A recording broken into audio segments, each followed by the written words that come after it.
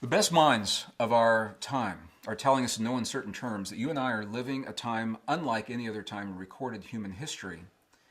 And what makes this time so unique is never have 6.5 plus billion people been faced with the number of crises and the magnitude that each crisis carries, all compressed into a little window of time like you and I are living right now. I know I don't have to tell you the world's changing, and it's changing really, really fast.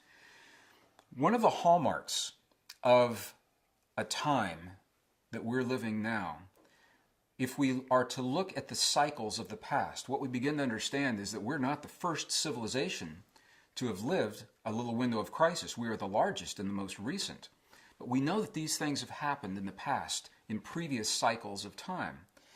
And when our ancestors wrote to us from their perspective describing what they were experiencing, what we began to see is that it wasn't so much the world that was the problem. It was their response to the changes in the world. The ways that they had lived their lives were no longer sustainable in the presence of a changing world.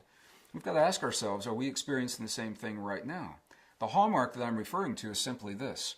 When the world changes, the systems that we've put into place to live our lives, the way we share resources, the way we distribute medicine, the way we grow food, our economies, the way we preserve peace in our world, all of those systems are tested. They're stressed by the changes in the planet. This is where it gets really interesting because the systems that appear to be sustainable hold up pretty well through the stress, but the ones that are not sustainable are the ones that buckle and collapse pretty quickly as the world changes around them. So we look at the things that are collapsing before our very eyes today, our system of economics, the way we fuel this planet, how do we create electricity, how do we share power? And we have to ask ourselves the question and make the choice. The question is, are we at this pivotal crossroads that our ancestors have told us about for so long, number one? Number two, if we are we going to work together and try to prop up the old unsustainable ways and make the mistakes of the past, or are we willing to honor those ways of living because they worked so well, they got us where we are right now. They worked, we're here. But now we say those ways simply no longer serve us. Let's build a new world. Let's build new ways of distributing food and growing our food and economies and resources. Here's what I mean by this.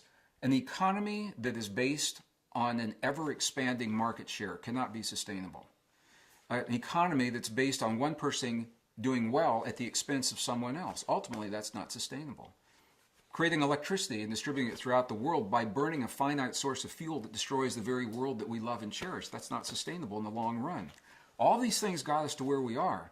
Now, the world is changing. Those systems, those unsustainable systems, are collapsing. It's our opportunity to honor the past and look to the future. Work together as a family that we are on this planet. Let's build a new sustainable world together, and we'll see how far it will take us this time in this cycle.